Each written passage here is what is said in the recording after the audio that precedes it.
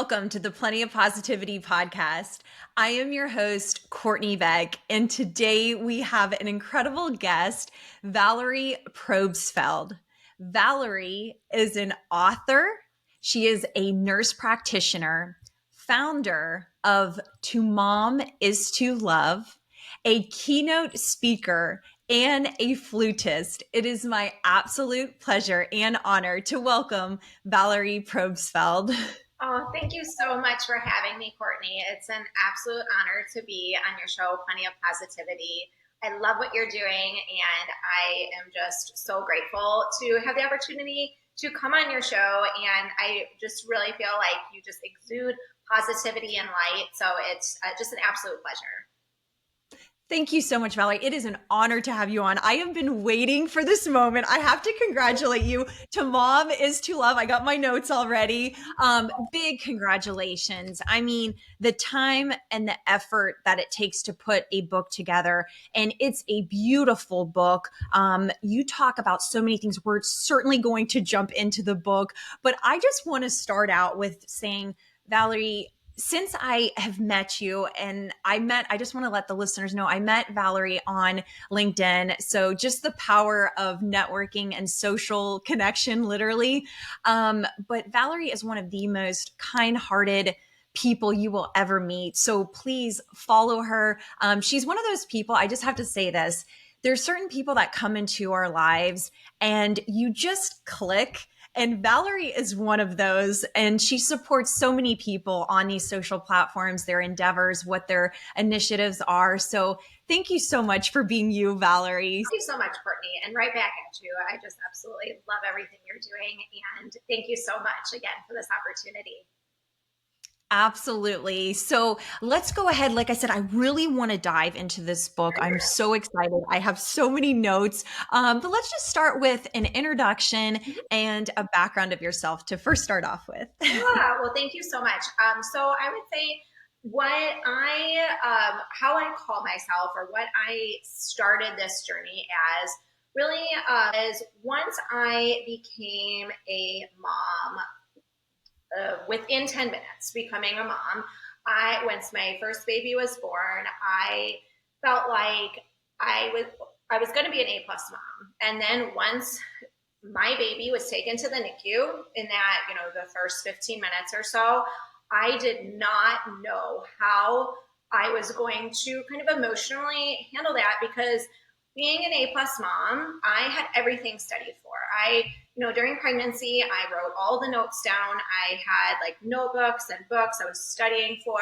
And also, like, in my own childhood, I knew I wanted to do certain things differently than what I experienced. I'm like, I got this. I'm a nurse practitioner. I worked so much in pediatrics that, like, I know it all. I know it all. It's going to be great.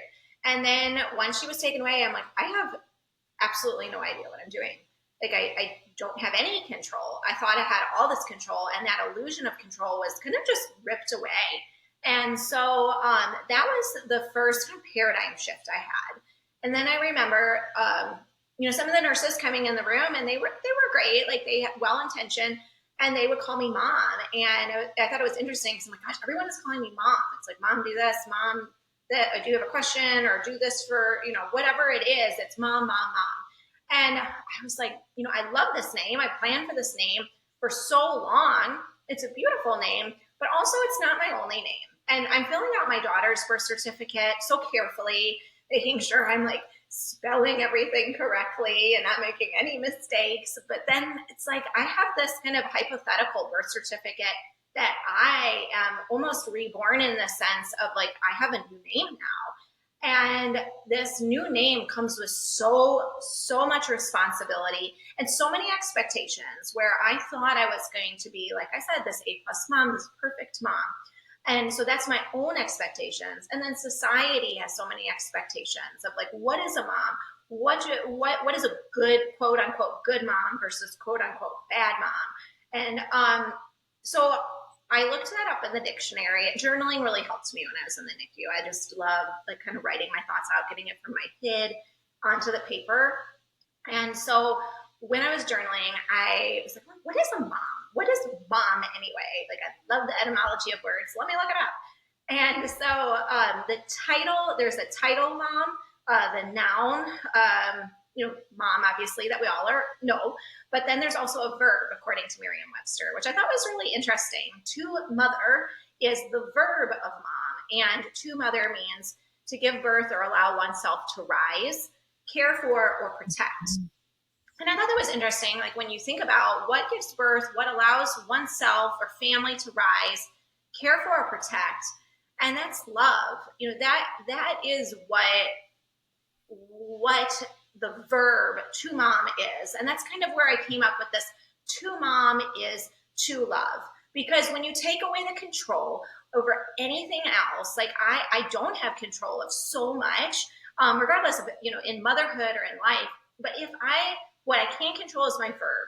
I can control, how I live my verb, whether that be a mom, a wife, or an employee or whatever that is. We all can control our verb. And that was such a paradigm shift for me. But it took so many years, it took years of practicing and doing all of that. And then I would say the other moment that once my baby, she was in the NICU and she was doing fine, but she was about 2 years old.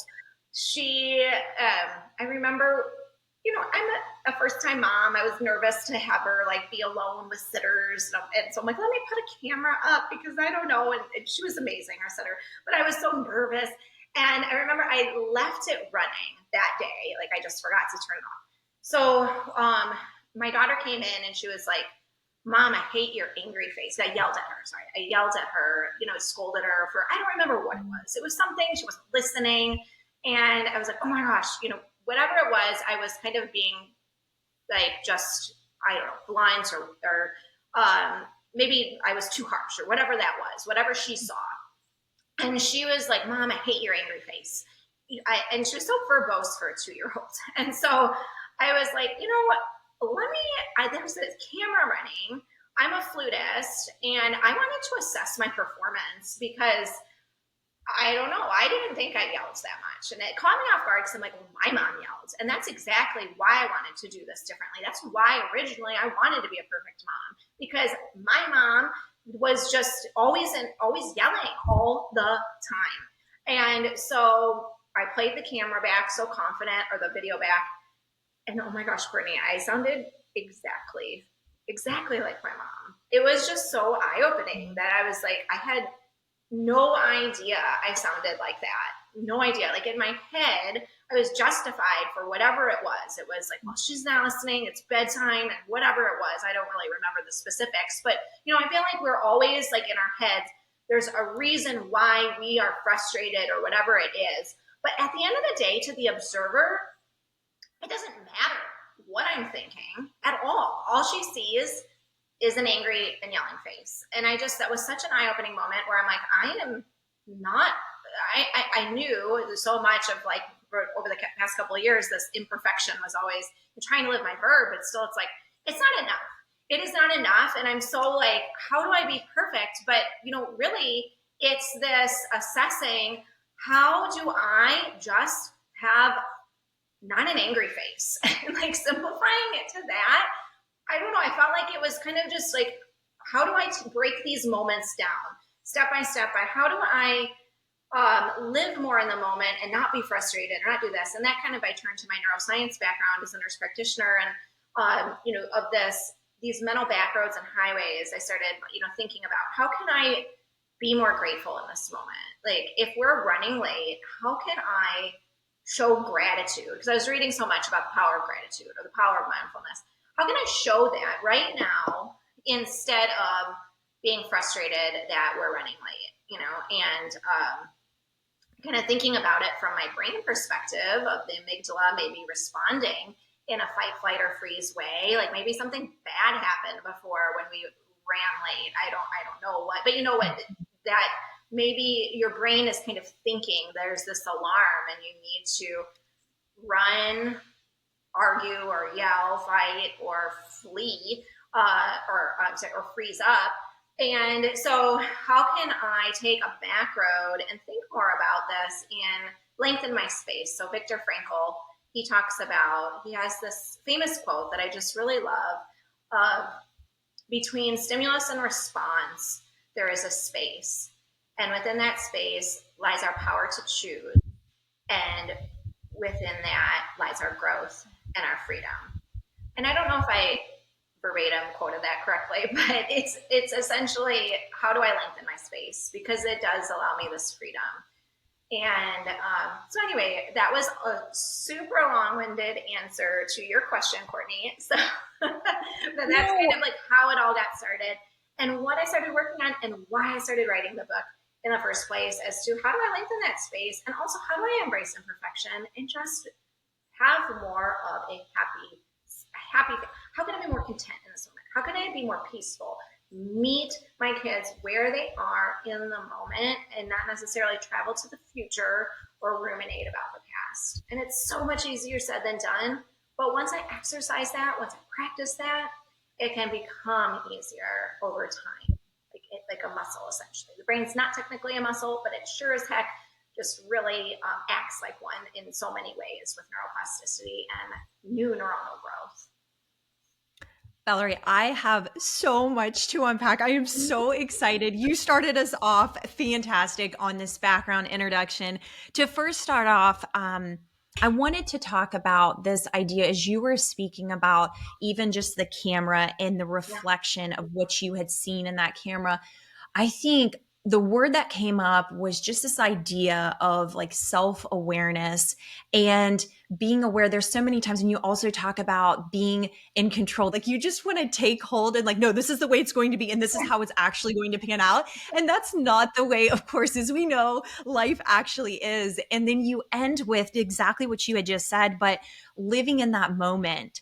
And that's something that I honestly have to remind myself on a daily basis, because I find that I could easily slip into the future. And that's where all the anxiousness comes into play, the nerves. But then you're right. Like if you reflect on the past and you dwell on the past, if something did not go right, or you thought it was going to go a certain way and it didn't, how do you respond to that? But living in that present moment, that is something, Valerie, with your book, I just have to mention this to the listeners.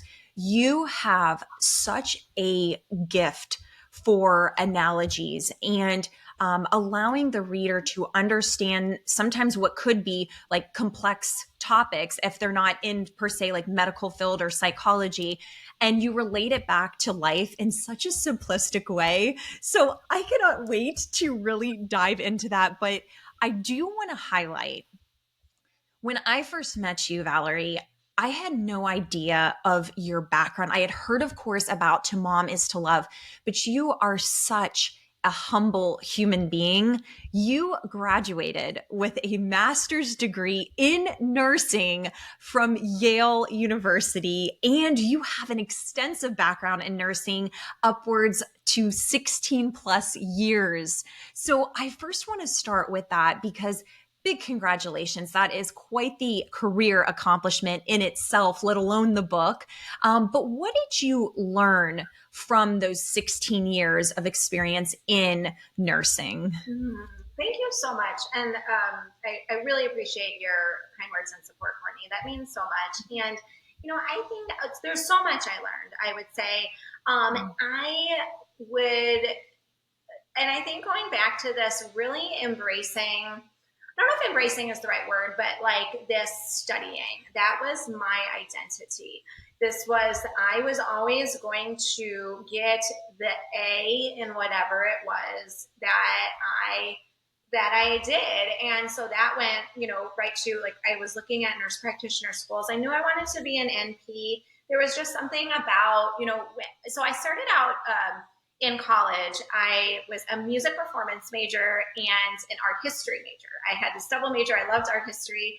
And I played the flute for so long that I'm like, oh, well, this is what I'm doing. And, but then I remember, Courtney, there were a couple instances when I was in piano class.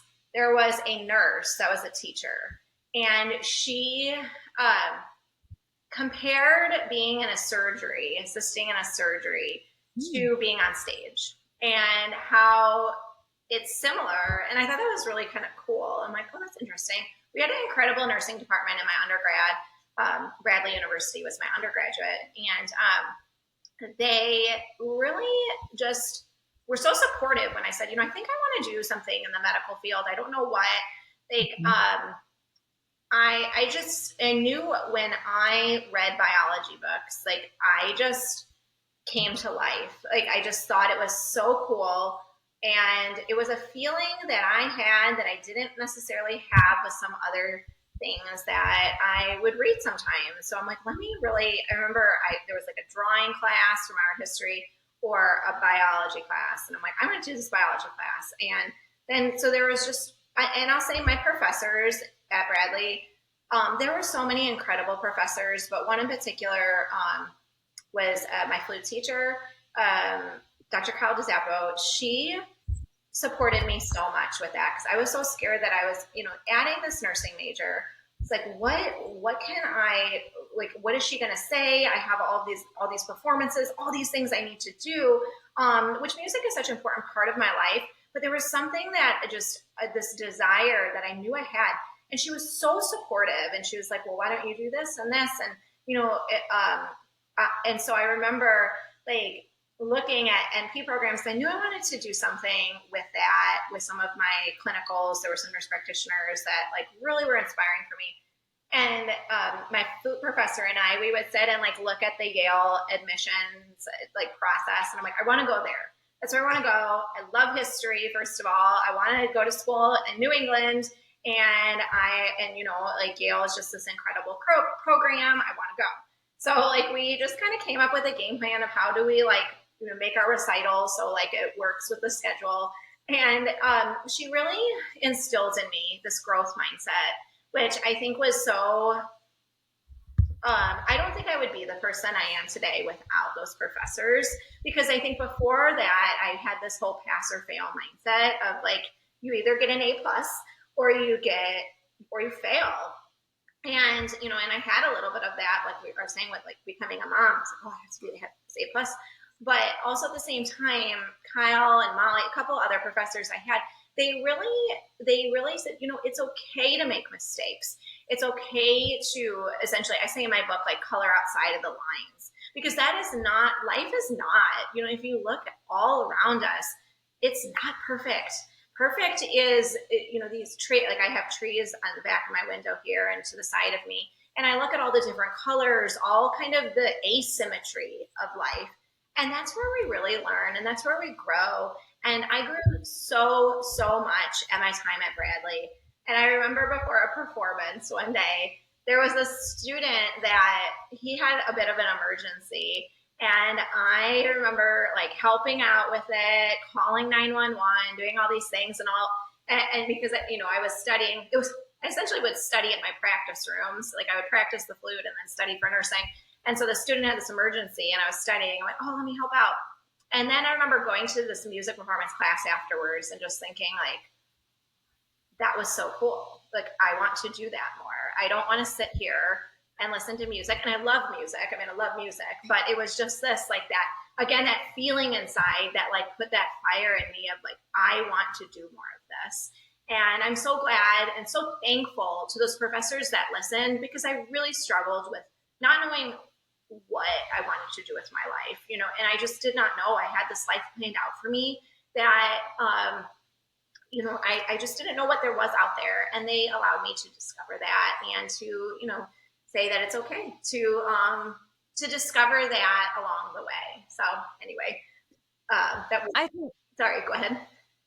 No, I was just going to say that's absolutely beautiful, because there's certainly been times in my life when you talk about being lost, but how somebody kind of comes into your life and maybe it's just simply a conversation. That certainly happened to me when this was only one amongst many times that I was lost. But I remember I was finishing one of my programs and I'm like, okay, literally like what's next? Like, do I stay in academia? Do I move forward? And it was a simple like 10-minute conversation, and how as simplistic as that was, it really just planted a seed in your head that, number one, somebody listened to you, which I think listening is just so powerful in itself. But number two, I remember thinking this really was a thought that held in my mind about at least 2 weeks. And it's kind of that sign, just like you said, like having somebody who supported you, listened to you, but then also was like, here, I'm going to help guide you. I'm going to help you. And I don't know, I think there's something to be said about that, because every time when I'm coming upon like the next chapter in life, I get kind of anxious, but then I remind myself, looking back in hindsight, there was always like either one person or kind of that nudge that was like, no, go this way. So I love that you say that. And I love the crossover that you provide just with like being a flutist and being within just music in general. But where did your passion for playing the flute in particular, where did that actually stem from? So, I think I was just called to do it. To be honest, there was, Courtney, it's kind of a silly answer. I loved the band room in our elementary school. It looked so cool. I love it. I absolutely love it. I'm sorry, go ahead. No, I want to hear more. And I commend you, because music was certainly a class I did not excel in. I would get called out. I remember to go up to the front of the classroom, and this was, gosh, it had to have been like fourth or fifth grade, I think. But to read like music notes, it was like another language, and everybody else was getting it except for me. And I was so embarrassed. I'd always get it wrong. So I commend you for being within music, but keep going. Oh, thank you. Well, yes, so I remember, like, yeah, the band room was so cool. There were all these cool, like, gold instruments and with this red wall. It looked so cool. But there was something in me, Courtney, that was like, I want to play the flute. Like, that is what I want to do.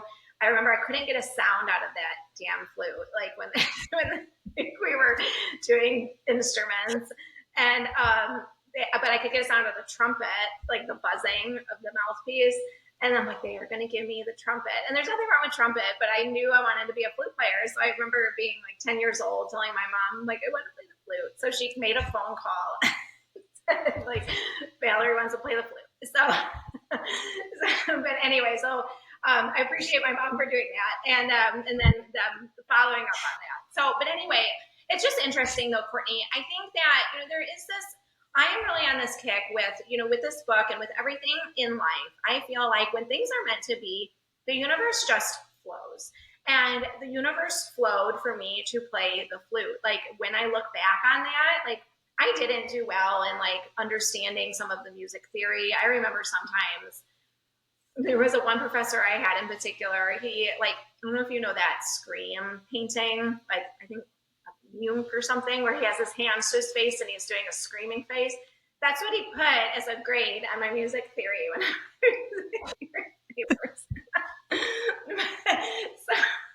But at the same time, I came alive on stage. It was something that I don't know, it just flowed. The music flowed, it played, and it was something that I knew I belonged on the stage playing music. And so I think that there's so much you can learn from life with that, in like a sense where I remember sometimes I would practice and I loved playing fast notes, but sometimes it's easy to rush. And so you have to work on not rushing. And some of those slower pieces, those are so hard to play, but they sound so easy to the audience. And how can you savor each note? That same professor, he gave us, we had a couple flute players he like wrote this piece for, and it was just the slowest piece I've ever played in my life, but it was one of the hardest ones. And it was just something that I think is a powerful reminder in whatever we're doing in life to kind of follow that calling to fun. And I think that kind of ties back almost to nursing in a way, where a lot of my experience was in pediatrics and in pediatric neurology in particular. But I absolutely loved asking kids, the domains of development. So there's what we call in pediatrics gross motor. How do you move your large muscle groups? Fine motor. How do you manipulate like smaller muscle groups? How do you manipulate things with your hands? How does a baby hold a spoon up? That kind of thing, or pick up Cheerios. There's cognitive. Are they understanding what you're saying? There's social. Like, are they interacting? Are they making eye contact? And language. How are they, communicating? And so we say this at every developmental exam. We assess this with every pediatric exam. But then once we become adults at age 18 or 21 or whatever that is, it immediately stops. And why does it stop? Because I think when we look back on our lives, and for me, that, with music and with nursing and all these things, that was my inner child speaking. And we still have those inner children, we still have that inside. And we can we can lock them up. And I talk a little bit about that of I can pretend like inner Valerie doesn't exist. Like I talk about that in the book, but at the same time, inner Valerie does want to come out and play. And how can I do that? And how can I honor that developmental exam in a way? So how can I move my body more? What do I like to do for fun? Like I love running, and a lot of my book is like talking about discovering myself, who I am as a mom, not necessarily, and I think anyone can relate to discovering who their inner child is. I think for my perspective, it like really opened up this new perspective once I became a mom. But I think any kind of event in your life that the control is taken away and you have to say, who am I? What am I put here on this earth to do? I think that's such a, looking outwards kind of thing, which is so important. But first we need to see inwards, who are we and what fills our cup, and how can we use our gross motor skills? How can we find hobbies, find motor skills? How can we, listen more with social? How can we fill our own cup cognitively? And how can we use language? How can we use our words to support other people? So I think kind of that, coming full circle, is there's so much of these like unexplainable moments, I think, in life where the universe flows, but also you can really break it down into the simplicity, which I think children really show us sometimes, of like, what lights you up inside? Like what is it that things just flow, and use that as a guide.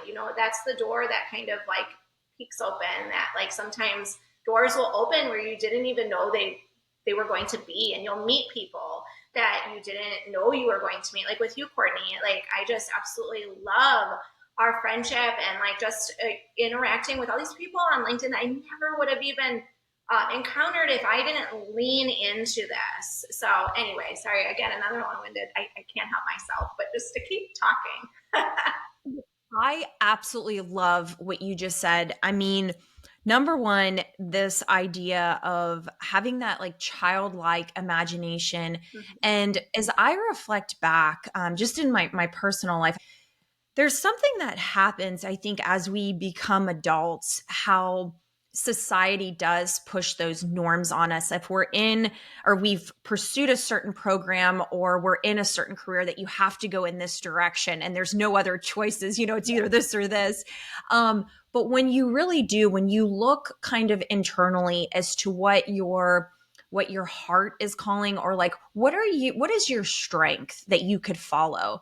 And it may not be from the outside looking in where people actually understand it, but you're right. It's that like childlike imagination coming out. And I want to particularly point out in the book, you have one section, as you had mentioned, that discusses about like play specifically for grown adults. And you say another important aspect of play for grownups is engaging in hobbies. Hobbies may include writing, painting, photography, or gardening. And then you just talk about to access playfulness, like on your birthday. I love birthdays. So could you elaborate on this part? Oh, thank you. Yes. Yeah, me too. I love birthdays. It's something that and fun fact, Courtney, I don't know if I've told you about this. I remember everyone's birthday. I don't know what it is, but like I remember everyone's birthday, and it's a fun little party trick that like so I have this thing for birthdays, and so every day I wake up, I'm like, oh, whose birthday is it today? And it could be like someone I haven't talked to in 20 years, but like I'll always remember that. But anyway, I remember someone telling me back when I had my oldest, which about around the same time that I had this angry face that I apparently needed to work on, that she so verbosely called out.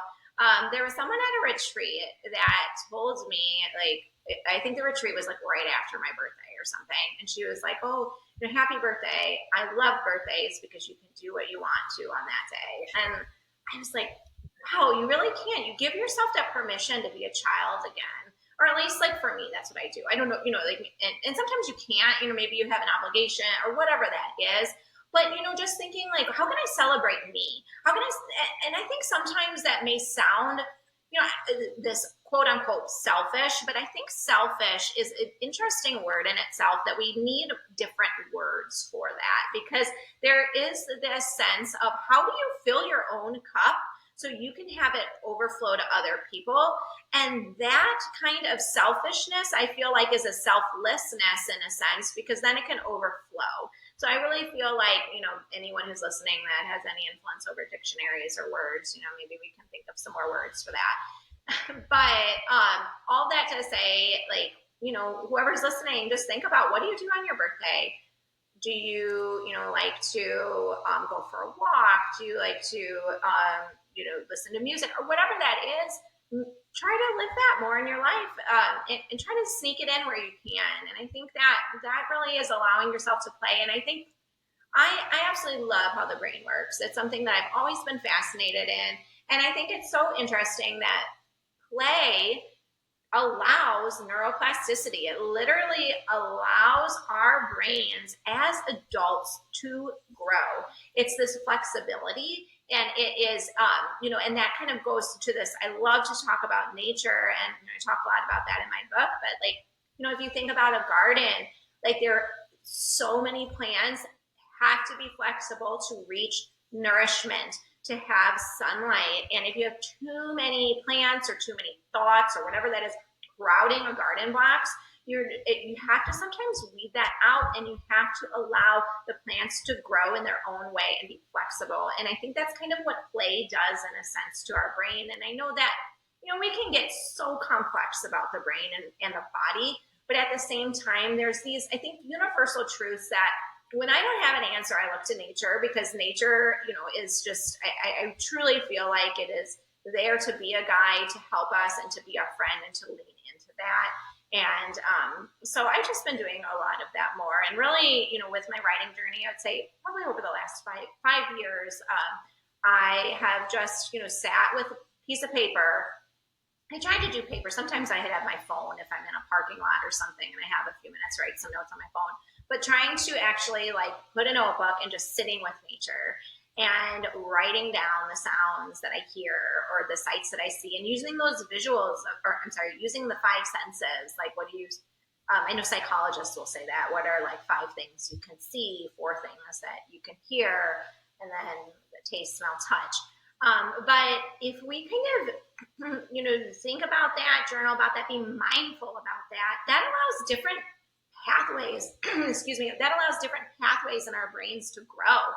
And then I'm not worried as much about what I was worrying about 5 minutes ago, because now I'm thinking about what I'm seeing and what I'm hearing. And now, maybe I am going to run late because I'm doing that, but what's the worst case scenario of it, And then when I look back on it later on, it's like, well, I'm glad I spent that time. I'm glad I spent that time where it seemingly is like doing nothing, but it's essentially like doing what we're put on this earth to do.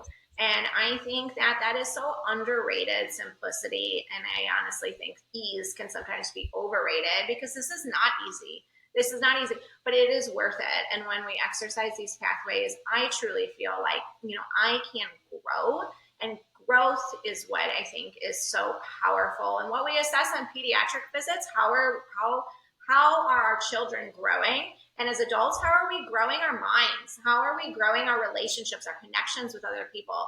And I just love breaking things down into that simplicity, because I think it makes these kind of larger concepts more manageable, and then more like, how can we actually do action with them? How can we make, maybe not like, it's lofty to say I can change the world, but at the same time, I can change my home, my thoughts, which then can change my home, or whatever ripple that is. And I love how you do that, Courtney, where your podcast is the power of positivity.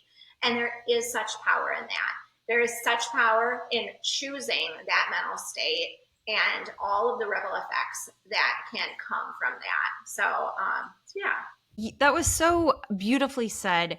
How you speak about nature and the power that nature has to allow us to just trust in our journey. Mm-hmm. And I say that too. I mean, obviously, you have it in your book, but I related to that part so well because it was only until after I finished my program back in 23, but I really did. I had time to think, literally, like to go on walks without any headphones and kind of just ponder, what was this next chapter of my life going to be? What did I desire for it to be? Not that it was going to, pan out in the way that I wanted it, but just the power of nature. I was able to hear in a sense of like stillness almost.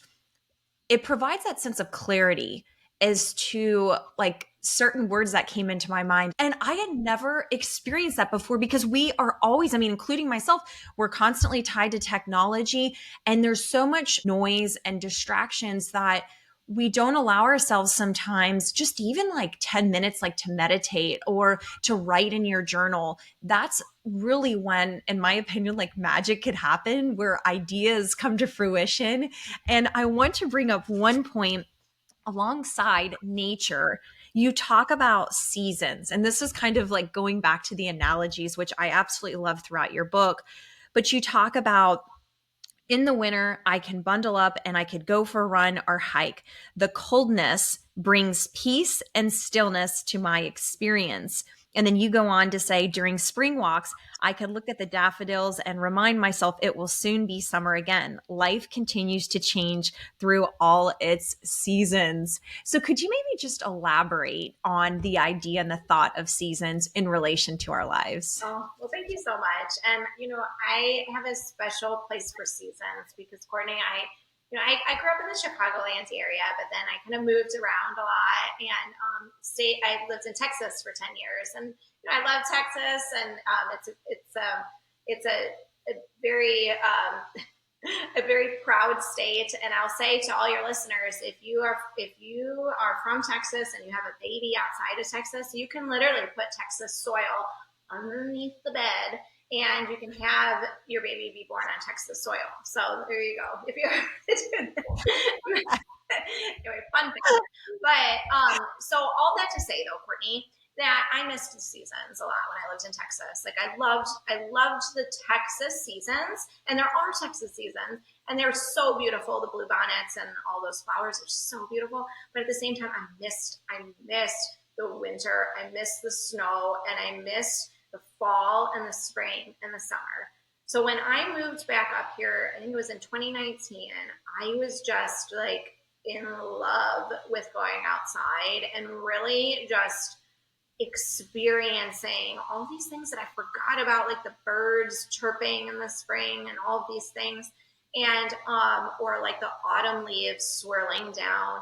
And there's so much in there that we can unpack in each experience. And I don't want to say anything about Texas. I love Texas. Anyone who's listening on Texas, you can do this with blue bonnets or, with anything else. And I did do a lot of that in Texas. But there was just something I think about home that seasons, like where it's this kind of this sense of home.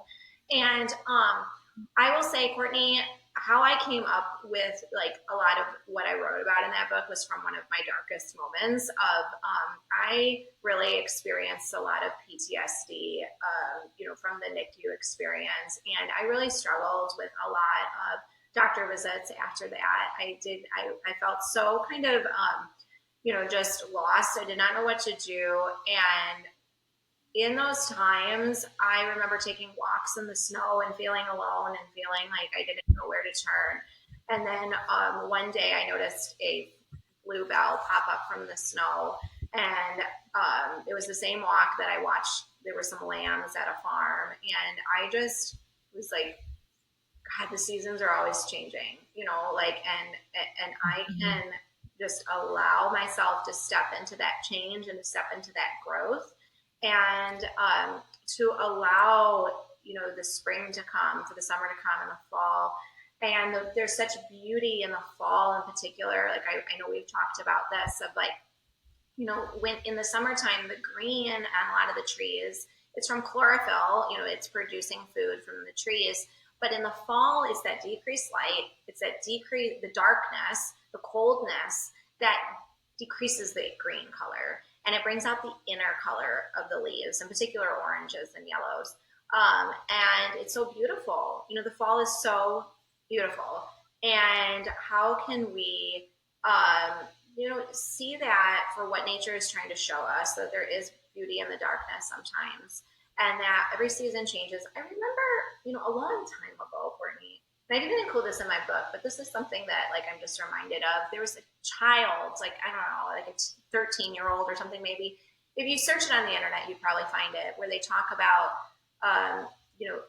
the seasons and how they wished for the next season. So like right now it's summer, and like, oh, I'm wishing for the cooler days and the fall, and then it's the fall and I'm wishing for the winter and the fun in the snow, and now in the winter I'm wishing for it to be warmer, and then the spring I'm wishing for the pool. And then they say at the end, like, I never got what I wanted. My life is over now, and I didn't ever get what I wanted. And it's like this, I think, a very profound thing where it's just like, changing that perspective of living in that moment. And the seasons truly can bring that to us. So that would be what my answer would be with that, Courtney. I love that. And I think there's so much truth. I'm so happy that you highlight just this idea of staying in that present moment. And, I've mentioned it before, but it's really something that I do. I have to continually remind myself, because when you relate it to seasons in Florida, if you will, during the summer, it gets scorching here. I mean, humidity levels are like 100%. Direct sunlight could be over 100 degrees, and you are just longing for fall. Like, and fall doesn't really even come till like end of October. Yes.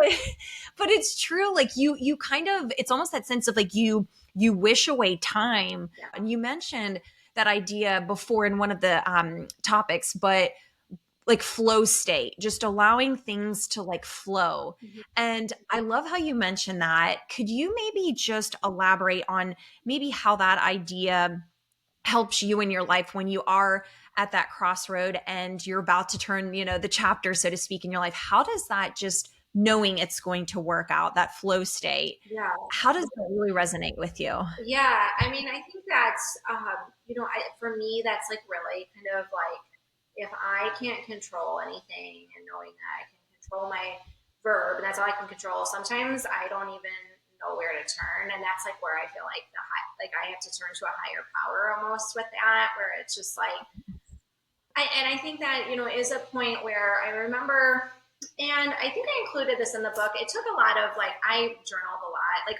I think writing a book is like, essentially like there's a lot of puzzle pieces, and you figure out what piece fits with what word and what sentence. So there were a lot of revisions with this in particular. But I remember during that time where I found those bluebells in the snow, I also went to a church parking lot, and I try to be very, like I think that we can all speak to a higher power, whatever that is, and whatever that you identify with. But there is this, what we can say, leaning into this higher power, where there is this high, we think about it being above us. And, steeples of churches, we look up to the sky. And I remember looking up to the sky, and I was like, why do we always look up?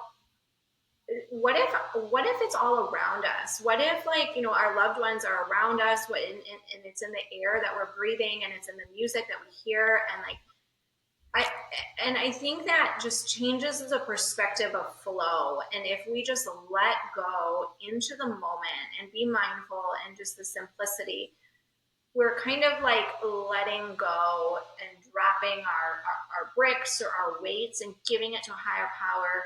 And sometimes when we all say that, like up, but when I think of it parallel, where I'm like, I need to give this to this higher power, and I can't reach this higher power right now, no matter how much I'm like begging for something to be different. Like, I want something to be different. And and that's a lot of what faith is like our brain tries visual things. Like we can sometimes say like, what did I hear this? Like, we question what we hear, we question what we maybe even smell sometimes, but we hardly question what we see. And that you can see that so much in life. I feel like these visuals, And so like with this higher power, like there, that is where faith comes in. But when I kind of lean into that, I know that, God or whatever that is, beside us. And that to me is so helpful in that flow and allowing, and you can say, give this to a higher power, or if you don't even want to say higher power or whatever that is, you can picture it as a waterfall of like your thoughts or your worries, allowing them to flow down the waterfall, allowing them to pass. There are going to be rocks in the way, but allowing them to flow. Water that is stagnant, like it's not healthy water, like flowing water, allowing these things to pass. And as you um, I love, Courtney, what you say, and I included it in my book of in due time. I think that's so powerful, so powerful, in due time. And I think we can say that with so much of life, just not pushing it. We can plant things. We can, keep digging up the soil and being like, oh, it's not perfectly planted in this soil. And I'm going to put more, I'm going to water it more, I'm going to stare at it, I'm going to try to control it as all I want to. But at the same time, sometimes you just take a step back and allow it to grow and allow it to do its thing. And I think so much of ourselves, our children, or whatever that is in life, it's that standing back. And, we obviously do have to control some aspects and we're guides. And we have like people in our lives, like we talked about earlier, that I'm so thankful for, that come into our lives when we feel lost. But there are these kind of signposts, these compasses that I think we can look to along our life's journeys. One thing I want to allow you to share with listeners, if you had to leave the reader with one like main message from your book, what would that message be directly from the author, Valerie Probstfeld? Oh, thank you so much. I would say the main message is we are all perfectly imperfect. There is beauty in imperfection. And there is this art form called kintsugi. I'm not sure if I'm pronouncing that right, but I talk about that a little bit in my book. Of that is this Japanese art that fills the cracks of broken pottery with gold and illuminating that beauty. It is through darkness, it is through hard times where we can learn, we can grow. And when we embrace that growth mindset and not the fixed mindset, as Carol Dweck says, um, it's not about pass or fail. It's about growing. And we are growing, as Jen Fraser says, our brain is learning, having neuroplasticity until the day we die. And so we are always there. You are always, there's something that you can grow from. And if you are not there yet, it is just as Carol Dweck says, not yet. And I just encourage anyone who is listening or has read the book that you've got this, and that if you just break it down into one step at a time, knowing that it's okay not to be perfect, giving yourself that grace and choosing love over fear, you will continue to grow. And that's what we're all doing in this life, and nature shows us that as well. So that's what I would say, Courtney. I absolutely love this. And we always like to end on a positive note. And that was certainly positive, but I'm going to provide you another opportunity. It could be a positive quote, a positive phrase, positive message in general with our community today. So I would say, oh gosh, there's so many things I want to say, but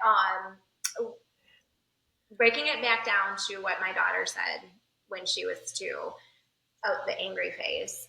If you just smile, just smiling, it tricks the brain. There's a lot of neuroscience out there that supports this. If you smile, you will trick your brain into being, in a better mood if you keep practicing that. Or, think of someone that has helped you along the way, and think of their smile. I do that with my grandma. My grandma smiled at me, and I just try to smile like my grandma. And then you know what? Other people feel that energy. And then you are creating an impact with that smile. And then that person can create an impact with someone else. And we can truly have these powerful effects by just having a smile. And I think that's so powerful in itself. And Also, I would say just, with this whole book writing journey, um, that I felt like it was so much of, this is what my childhood was, this is what my life was, but we can rewrite our story. We can, like if there's something that happened, like maybe, like with my childhood, I wanted it to be different, but writing this book allowed me to kind of see it in a different perspective and to say, I can do something different. I can be the change. And so I think there's just so much power in that. And love is truly more powerful than fear. And I have been smiling literally the whole time. Like you have such a beautiful spirit, and that really, it's contagious. You could tell even with other individuals that you interact with, people just, they love your spirit. They love how you just extend yourself out to helping others. And I don't know, I think in the world today, that's just such a beautiful thing to watch, to witness firsthand. And I am so incredibly grateful to know you, Valerie. A big congratulations once again on To Mom is to Love. And thank you so much for coming on the podcast, Valerie. thank you so much, Courtney. Right back at you. You are doing amazing work and such a beautiful light. Thank you so much for having me. And I hope you have a wonderful day.